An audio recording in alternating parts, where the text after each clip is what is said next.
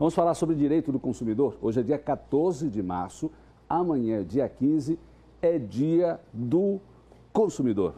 Aqui com a gente, o presidente da Comissão de Direitos do Consumidor da OAB Sergipe, o advogado Flávio Cardoso. Boa tarde. Boa tarde. O consumidor tem muito o que comemorar nesse dia de amanhã, dia 15 de março? Veja, Ricardo, boa tarde a todos. Nós temos que comemorar.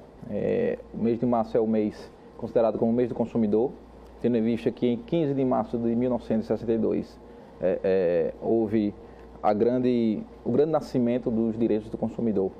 E nós temos que comemorar e também temos que sempre lembrar dos direitos do consumidor e de que nós temos que sempre lembrar e mostrar para o grande fornecedor, no caso as grandes empresas, de que os consumidores têm direitos e devem ser sempre respeitados. Agora, geralmente no mês de março, que é o mês do consumidor, existem os aumentos. A gente no dia 1º de março, a gente teve o aumento da conta de água e outros aumentos que ocorreram aqui. Eu estou falando alguns que são mais lembrados na minha mente agora. Se você teve algum aumento que você lembra, passe para mim também.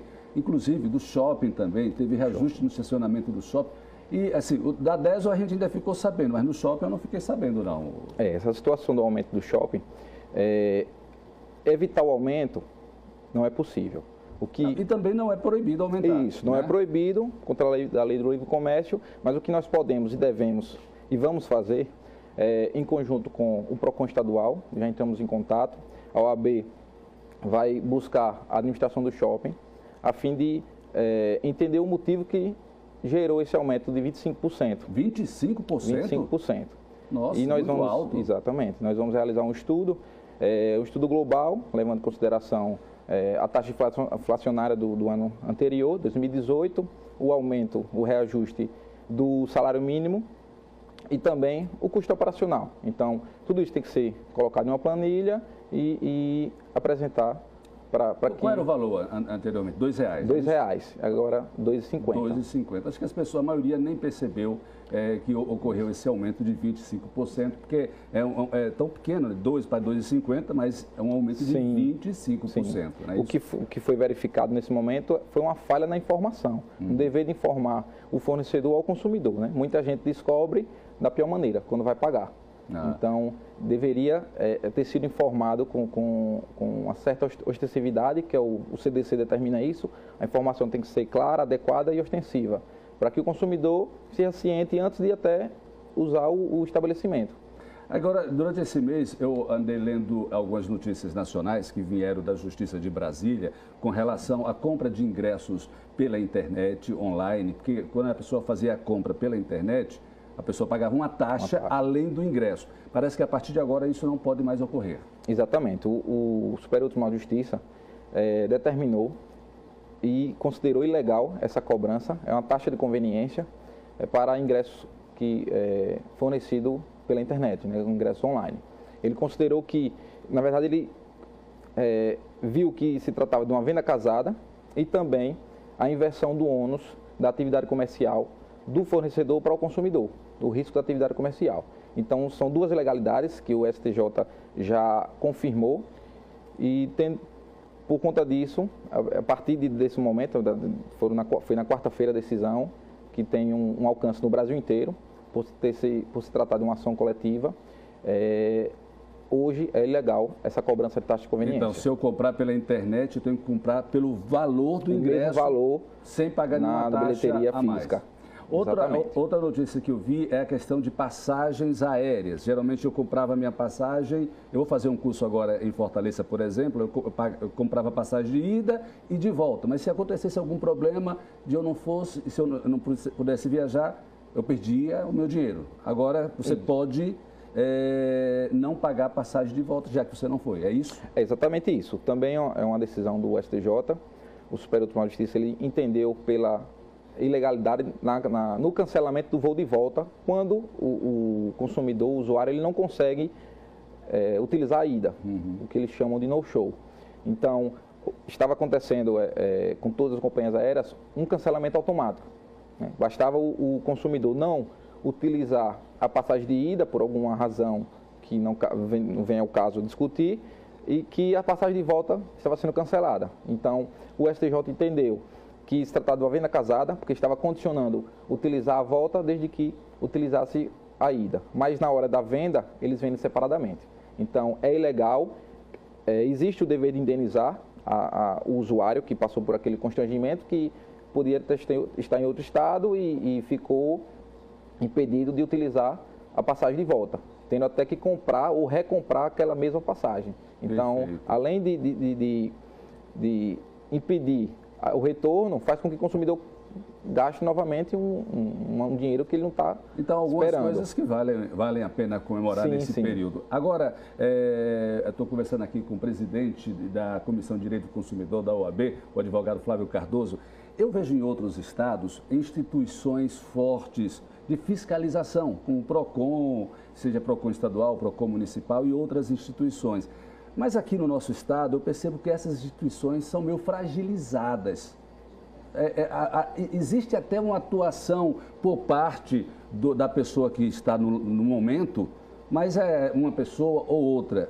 Não sei se você, como OAB, como Comissão de Direito do Consumidor, tem acompanhado isso. Mas antes de você falar sobre isso, eu vou chamar o recado da Popstar. Estamos de volta aqui com a nossa entrevista com o presidente da Comissão de Direitos do Consumidor da OAB, o advogado Flávio Cardoso, que amanhã é dia do consumidor, dia 15 de março. Só que às vezes a gente fala para as pessoas, quando procuram a gente, reclamando de alguma coisa, seja de conta de água, conta de energia, tem até aqui uma pergunta de uma pessoa com relação à conta de energia, seja uma compra em uma loja, seja devolução do produto, a gente diz assim, procura o PROCON, vá no PROCON. Ah, mas não adianta, eles não fiscalizam, não tem como fiscalizar, não tem ninguém. O que está acontecendo? Os nossos órgãos fiscalizadores estão fragilizados? Veja bem, a OAB ela tem uma função social e, infelizmente, a gente não tem um dever, não tem o poder de autuar nenhuma empresa. O que nós fazemos é trabalhar em parceria, junto com os órgãos de proteção ao consumidor, que na capital temos o PROCON municipal e o PROCON estadual ao nível estadual. O que ocorre é que a gente recebe muito a demanda do consumidor, da população em si, é que existe um déficit, né? A gente sabe que, principalmente por conta a nível estadual, e precisamos fortalecer a nível a fim de intensificar as fiscalizações. E para isso também é necessário que chegue as denúncias. Muitas vezes os governos, tanto estadual quanto municipal, eles têm interesse, eles fortalecem os PROCONs. Justamente essa é a briga da OAB, né? Porque nós temos que fazer esse enfrentamento sempre, notadamente na defesa do consumidor.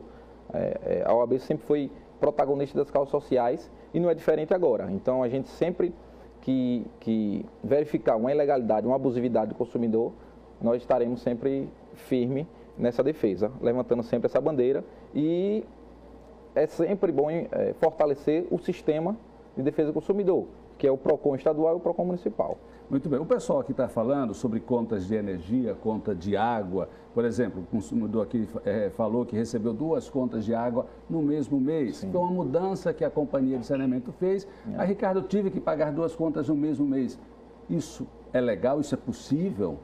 E nós ficamos sabendo dessa conduta da DESO.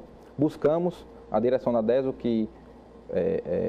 nós buscamos a direção da DESO e pedimos uma solução viável. E eles apresentaram realmente a solução, tendo em vista que houve essa alteração por conta da Agrese, uma resolução da Agrese, para que se modificasse a questão o prazo de dias de verificar o medidor. Então houve essa alteração, no mês de janeiro o consumidor acabou recebendo 2 faturas, mas teve a opção de modificar a data do vencimento.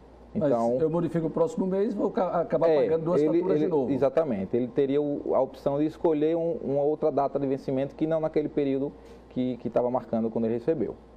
E agora em março teve um reajuste também. Então, assim, acabou os 3 primeiros meses sendo um pouco pesados para o consumidor. Muito bem. Só para a gente encerrar, doutor Flávio, eu compro um produto em uma loja ou compro pela internet. Sim. E depois eu me arrependi, eu preciso trocar. A loja pode fazer a troca ou a devolução? Sim. O Código de Defesa do Consumidor, ele determina que o consumidor ele tem uma faculdade chamada de direito de arrependimento. A partir do momento que você efetua, qualquer pessoa efetua uma compra fora do estabelecimento comercial, principalmente na internet, ele tem 7 dias a partir do recebimento do produto para desistir daquele produto. Então, somente por não ter gostado, justamente porque ele comprou sem ter direito ao acesso físico, né? E conhecer direito e se for numa loja? Numa loja é diferente, não existe esse direito de arrependimento. Tendo em vista que o consumidor ele foi na loja, ele verificou, utilizou o produto, então ele comprou por livre e espontânea vontade. Se aparecer um vício, um defeito posterior, aí ele tem os prazos legais para efetuar uma troca ou até o conserto do produto. Tá bom. Nós conversamos aqui com o advogado Flávio Cardoso, que é presidente da Comissão de Direitos do Consumidor da OAB. Nosso muito obrigado, uma ótima tarde. E que amanhã o consumidor possa comemorar assim, tendo todas essas vantagens da lei a seu favor. Sim. Né? A gente sempre como nos Estados Unidos e em outros países, onde as pessoas se valem da lei para garantir os seus direitos. Hoje nós temos um código muito bom, né?